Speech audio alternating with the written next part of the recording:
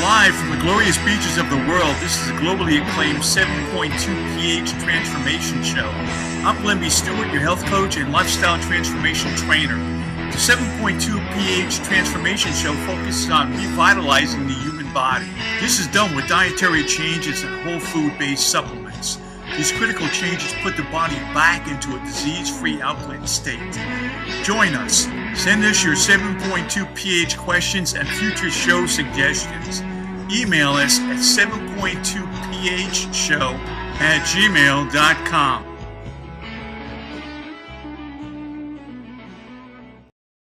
And we go into what I call the alkaline buffering deficit. Now, where we're in an alkaline buffering deficit, what do we experience? We experience the 7 stages of acidosis. We experience enervation, irritation, sensitivities, catarrh or mucus buildup, inflammation, induration, ulceration, and unfortunately, we're seeing this more and more and more. We're seeing degeneration. This is the effect of a buffering deficit. Anyone who is sick or tired has been in a buffering deficit, an alkaline buffering deficit, for months and for years. So the buffering effect is where the body starts responding to these acids.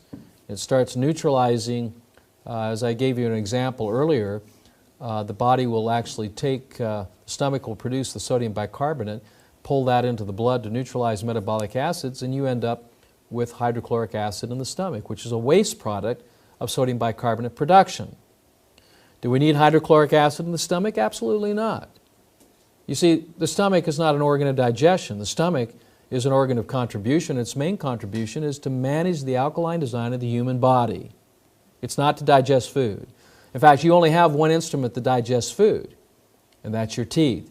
If you don't liquefy the food with your teeth in your mouth, then it goes into the stomach and out into the small and large intestine, partially undigested. So it's very, very important. If you don't have the energy to chew, then buy a blender, blend it. Buy a juicer, juice it. But get it into a state that the body can utilize the energy and life force of that particular food.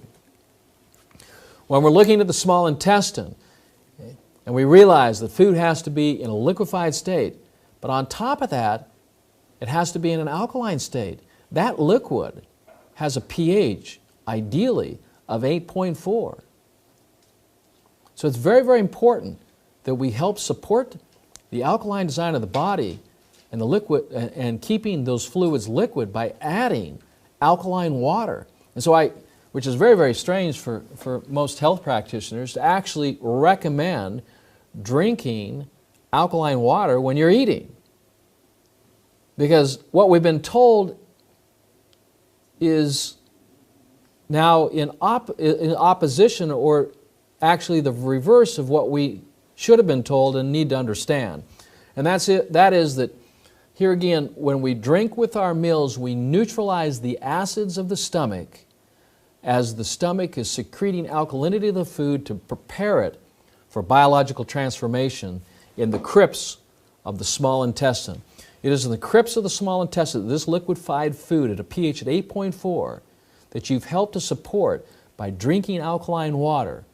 You can then transform this food into embryonic cells that become the erythroblast in our new blood that travels through our circulatory system to become the new body cells. It all begins in the crypts of the small intestine.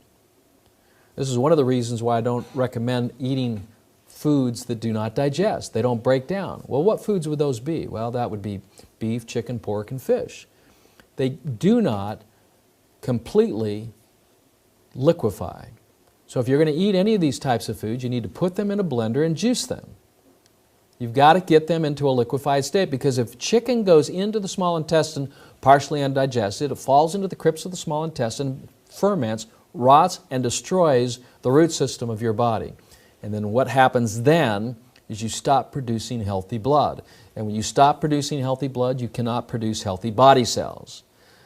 This is probably the most important critical point that I can mention, and why I recommend drinking alkaline water. It is so critically important that we keep the fluids of our body alkaline from the mouth to the stomach and especially in the small intestine. Scientists now believe that acids or free radicals are causal factors in nearly every known disease. A free radical is an oxygen missing an electron. Actually, there's a lot of misunderstanding here. Free radicals, very simply, are acids. They're ferments. And they're acids, or caused by oxidation, fermentation. Oxidation or fermentation in our body is what weakens and destroys our tissues, particularly our connective tissues and our muscles, even our bones.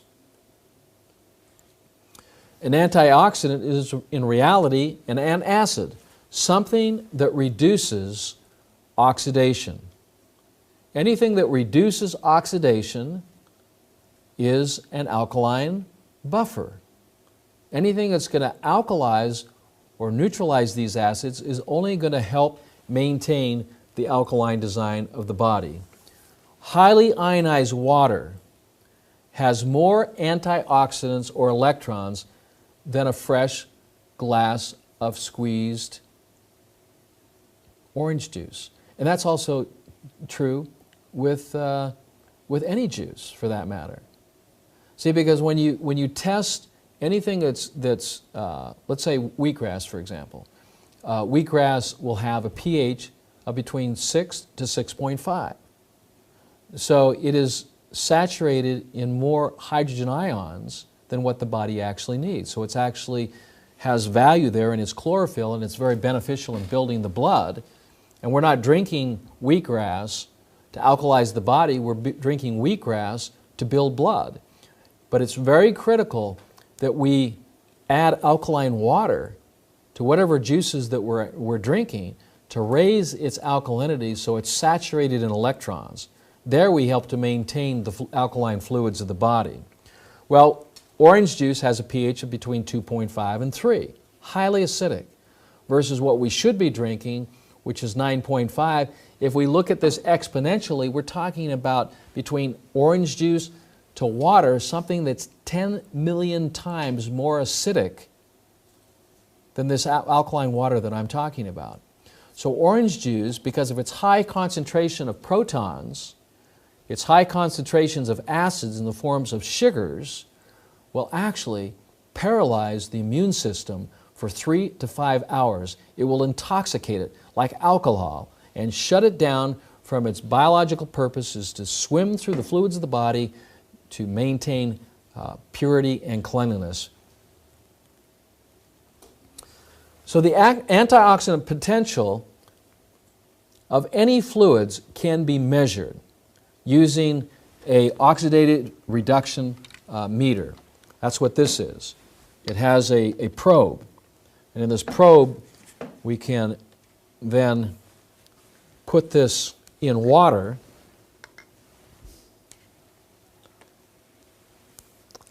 and we can turn it on and we can measure the pH of this water.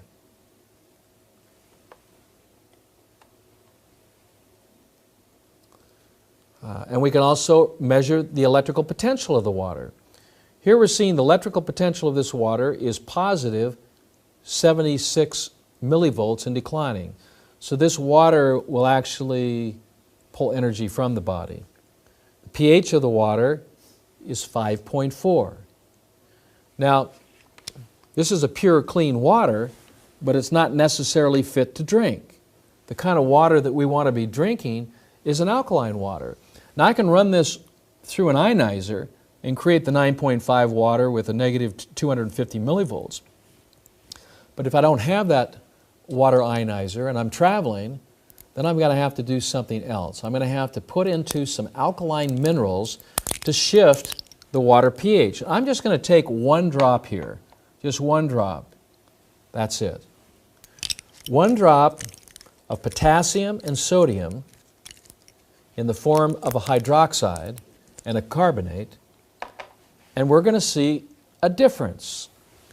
The difference now, instead of a 5.5 pH, we've gone up to, it's still climbing, a 10.25. So from 5 to 6, that's 10 times. 6 to 7, that's 100 times. From 7 to 8, that's 1,000 times. From 8 to 9, that's 10,000 times. And from 9 to 10, did I do that one? That's 100,000 times. 10.65. And from 100,000 times to 11, right? That's 1,000,000. Half of that, well, it's going up to 11. One drop, 10.74, with a charge of negative 232 millivolts. This water is now prepared to drink. It has been changed. It has been restructured. The pH has been changed from a 5.5 up to just about 11. The ORP, which stands for oxidative reduction potential. Anything that's oxidative is acid. Anything that's reduced is alkaline. We measure it in millivolts. It's negative 234 millivolts. We're talking about something that has been altered by using natural mineral salts, and so powerful, it only took one drop. You see, these things can be measured. So we take our pure water and we significantly restructure it. This is now restructured water. It is great to drink. That's the kind of water that will put energy back into the body. That's the kind of water that will bring up the reserves of your alkaline buffers if you're in an alkaline buffer deficit.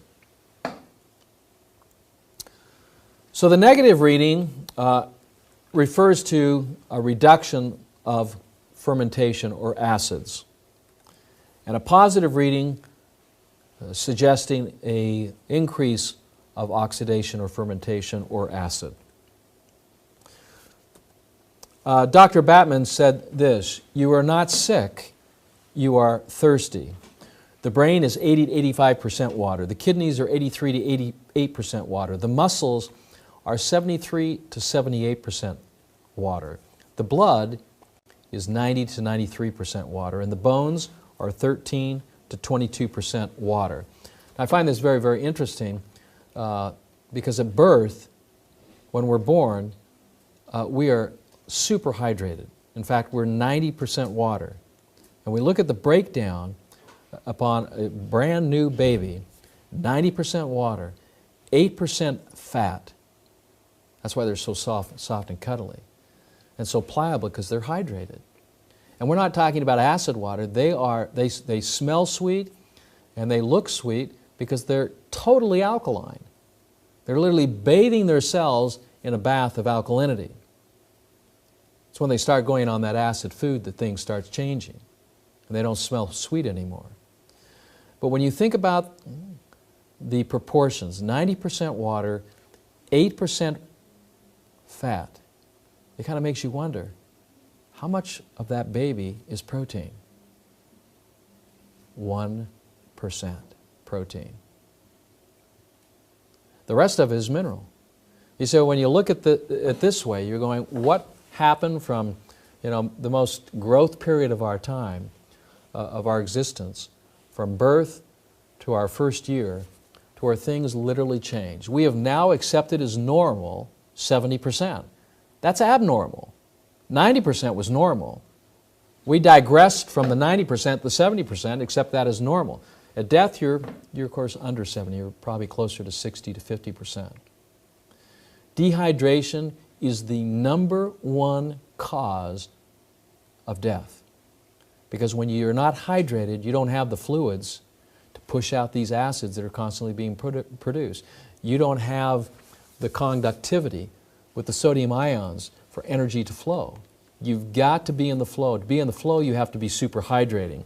So it's very, very important that we're hydrating our bodies, but at the same time, when we're hydrating, we're using the proper alkaline water. So I came up with this whole new then paradigm shift from the 4 food groups.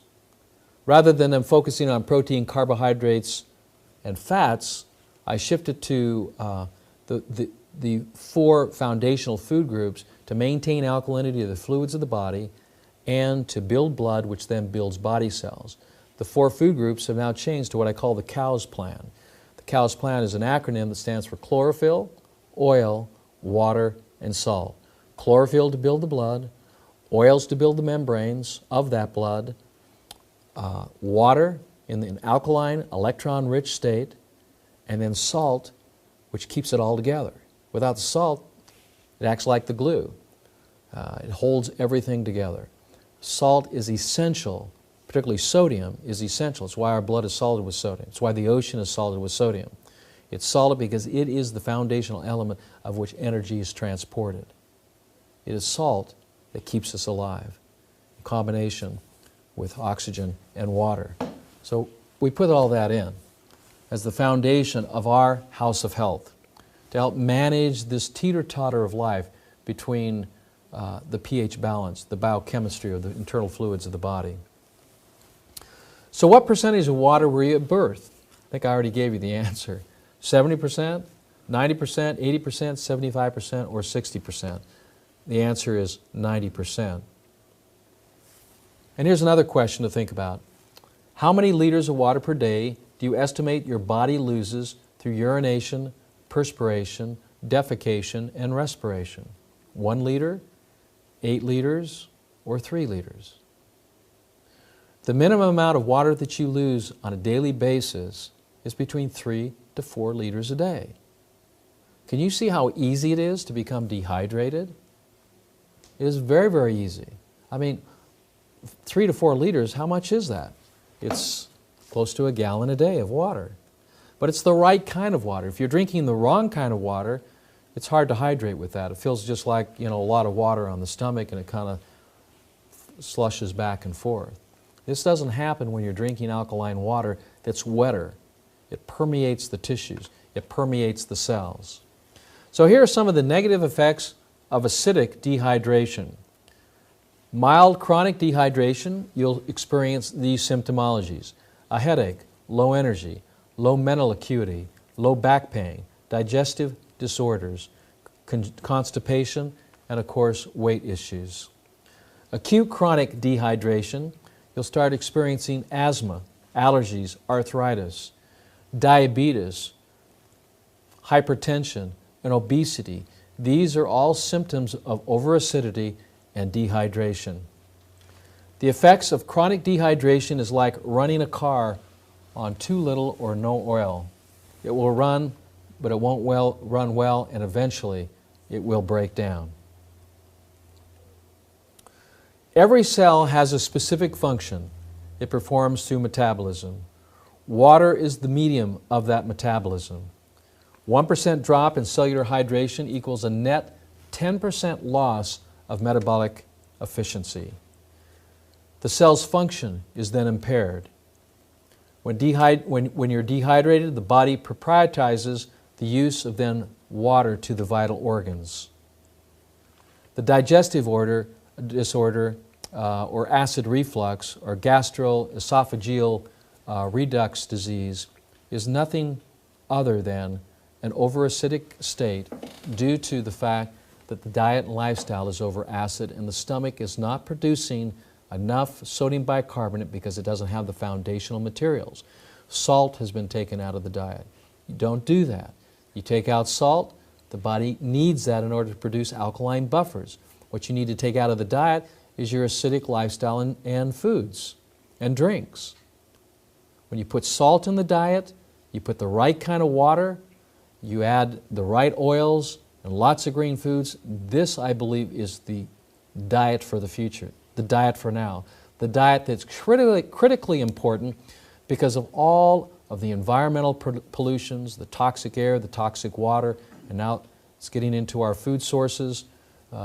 We need to protect ourselves with the right kinds of alkaline foods and waters. So how dehydration and acidosis works together. Dehydration, the body uses that to help buffer acidity, and of course that acidity then is eliminated through urination, perspiration, as these acids build up. And of course, I've given you earlier the 7 stages of acidosis. Let me just review those very quickly.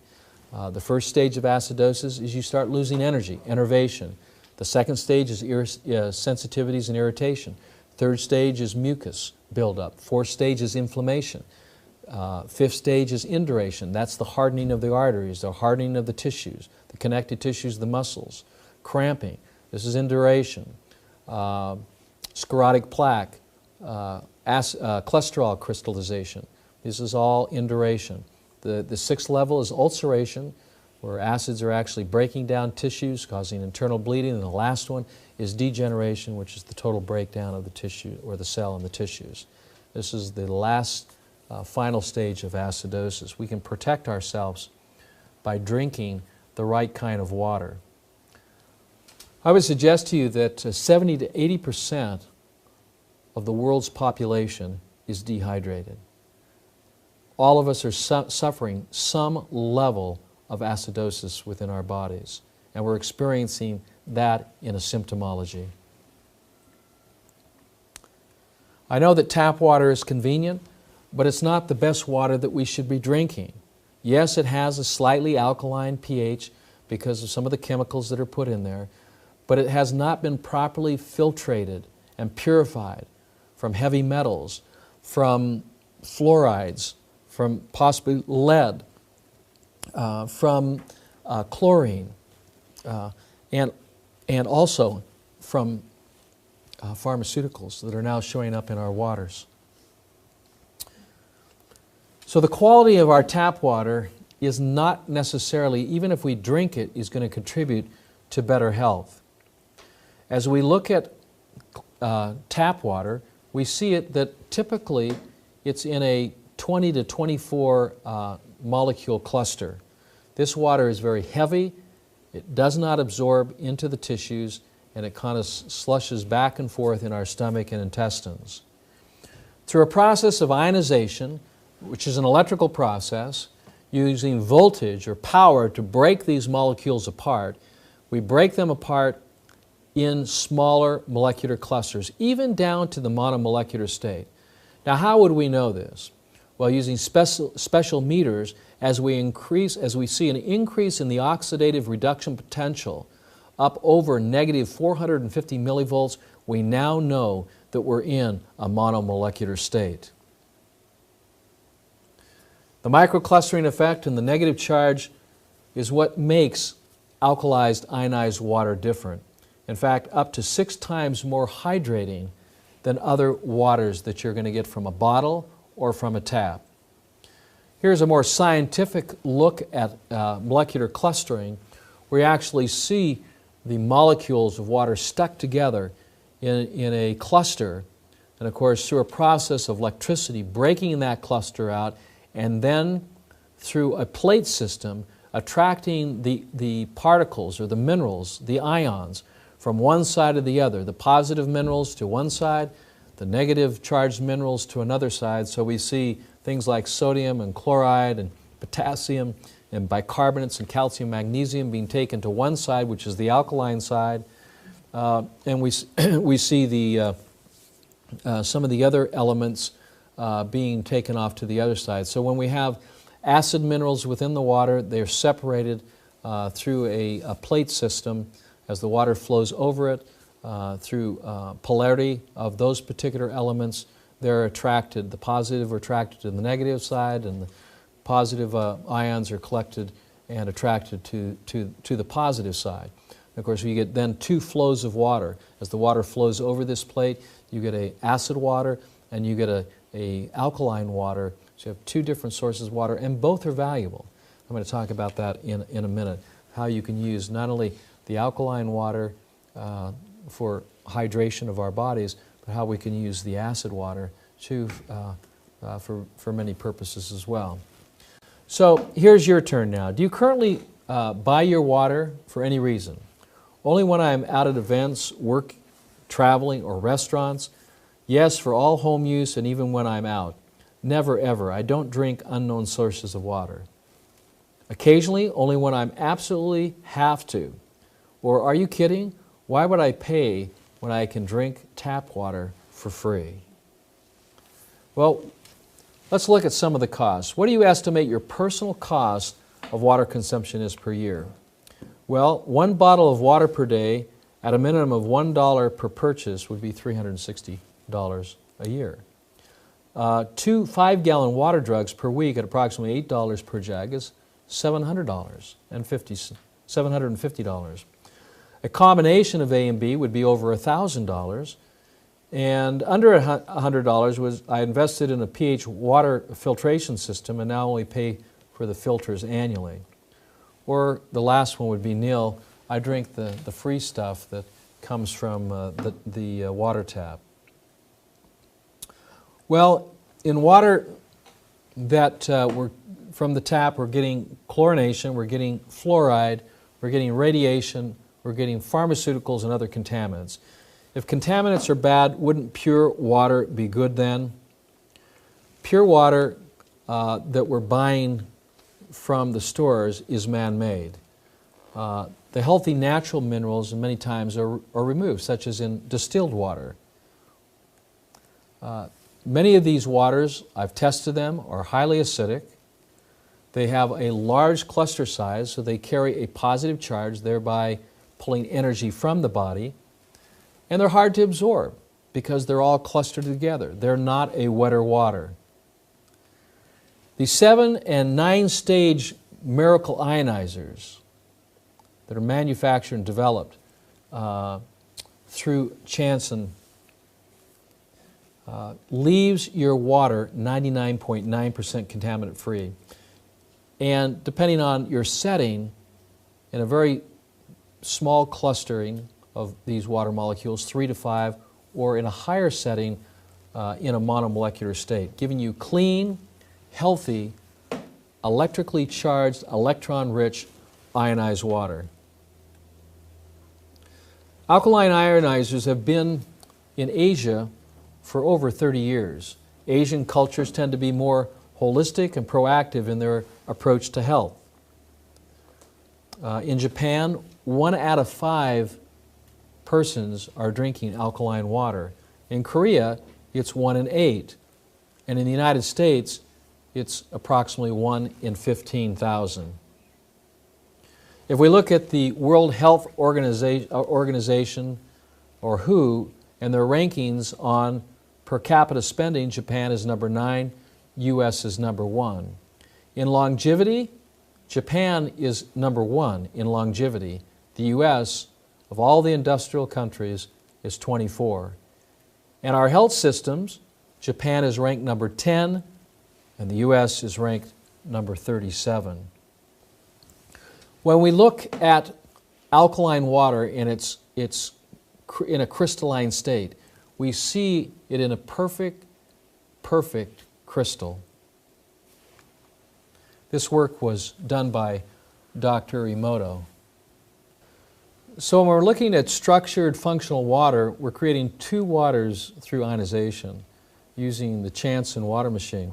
We're creating a functional structured alkaline water, and we're creating a structured functional acid water too. And measuring the vibrational frequency, so we've talked about the millivolts, which is electrical potential. We're talking about its vibration. Vibrations are measured in hertz. 1 vibration is 1 hertz. Traditional tap water that's coming out of our faucets are running about 127 hertz, which would equate to a water that's 20 to 24 molecules clustered together. So it is not a wetter water. And then if we're measuring the vibrational frequency of the miracle waters, we're looking at a vibrational frequency of approximately 47 hertz, which would put it down into the 4 to 6 molecule clustering. So this water would constitute then something that would be more permeable to the cell membrane, thus a wetter water. So when we're using either of these waters, whether they're our alkaline water or our acidic water, there are functions. We've talked about some of the functions of reversing some serious health challenges by just changing the water, much like with the metaphor, if the fish is sick, you don't treat the fish, you change the water. So in this case, we're going to be using the alkaline structured functional water at a pH of at least 9.5 at negative 250 millivolts at 47 hertz, which constitutes a wetter water. We're going to be drinking that. We drink that on a daily basis. Even the water that we use for cooking purposes in our preparations, we should also use this alkaline water. On the other side of the equation, where we're getting a structured functional water at a pH of as low as a pH of 2 to 3, we still have microclustering of about 4 to 6 at a hertz at 47. But here now we've got a wetter water, but it's an acid water and it doesn't burn. It's not like traditional acid. Acids generally are thought of something that would burn the skin. This type of water will not burn the skin, but it's functional in the sense that when it comes in contact with, let's say, bacteria or yeast, it causes it to transform. It causes it to break down. So the acid water becomes a bacterial side, a fungal side, but there's no chemicals used. And it's been shown to eradicate, strep and staph and E. coli. And in traditional medical terms, to kill it instantly, or to cause its DNA to unravel or to degenerate. In other words, it's not a conducive environment for the bacteria or yeast to be in, so it breaks down. This same effect does not happen if you're, let's say, using this acid structural functional water on your skin. Because of its positive charge, and let's say we're working with a client who has poor circulation to the extremities, whether they be your hands or your feet, if you use the structural functional acid water at a pH of 3, you can soak for a half hour. That will cause the body to flow to its opposite attraction. Water being positive charged, blood being negative charged, and opposites attract. Blood will follow its electrical opposite. So it'll be attracted to the water, causing blood to flow to the extremities. It's a great way to naturally improve circulation. You can take small amounts of the acid water internally to help break down undigested matters. So if you're using the acid pH functional structured water, it will actually break down undigested animal proteins or mucus and clear that out of the body. So you can use that not only as a laxative, but you can also use it as a diuretic to help break down acid crystallization in the digestive or the alkaline buffering system, as well as the circulatory system and the lymphatic system too as well. You would just take small amounts. You wouldn't be drinking 1 liter of acid water. You'd be drinking 1 liter of alkaline water, but prior to doing that, you would be taking like 3 or 4 ounces of the acid water to help in your eliminations and to improve circulation. So you can use this as both internally as well as externally, but it's primarily the acid water is used externally. The medium-low pH use of the structured alkaline functional water is able to tighten or smooth your skin. So here you're looking at at a pH of around 5. It's effective in the treatment and prevention of acne or pimples or rashes, to actually clean the skin of acid residues that are coming out through the pores of the skin. You see, the body will push acid out through the channels of elimination. Well, the largest channel of elimination is the skin. You have 3,500 pores per square inch. Out of these pores, the body removes its own bodily metabolic waste products. These acids, coming from metabolism and diet, can actually cause then the blemishes that we refer to as rashes or pimples or acne. If we use the acid water, we can clean the skin of acid residues and protect the skin as we are alkalizing the internal fluids of the body and helping to build blood that will restore the health to the skin. We can also use it as ability to disinfect and sterilize and help in treatment of minor skin wounds as well. The medium-high pH use, which would be in the 8 to 9 range. We can use it to provide more hydroxyl ions or oxygenation to the tissues. It neutralizes acids, also referred to as free radicals. It increases the energy level of your body because you're contributing electrical potential for the mere fact that the water is an alkaline ionized state that is saturated with electrical energy or electrons. Correcting your body's acid and alkaline balance so that if you have acidic areas of the body, whether they be the stomach or the small intestine, or if it be in other areas of the body, such as in the muscle tissue, you can drink this water, and because it is wetter, it'll help permeate the tissues to neutralize the acids that are causing irritation and inflammation. Because of its monomolecular state, or its in a small clustering, it will also permeate the cell membranes, thus hydrating the cells. And we see this a lot in red blood cell evaluations where we see dehydrated or compressed red blood cells. And when you start drinking the alkaline water, the red blood cells become plump, become more flexible, they become stronger. The alkaline, medium alkaline water helps to reduce many symptoms of aging that come from dehydration and acidic lifestyles and diets, and also acts as a surfactant and a detergent. So you can use the alkaline water to clean your clothes.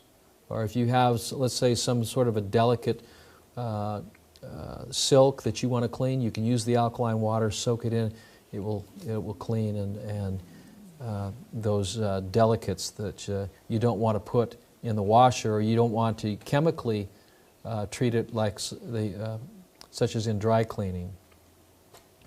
In summary, ionized water from a efficient, well thought out ionization machine manufactured by Chanson that incorporates all the principles of alkalizing and energizing the body, and at the same time, on the other side, using that acid, proton-rich water to help clean the skin or improve circulation.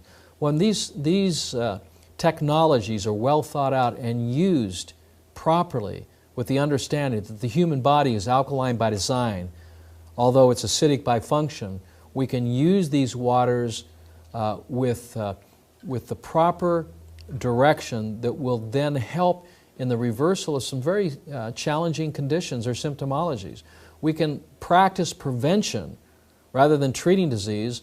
We can prevent many of the conditions that we're seeing today.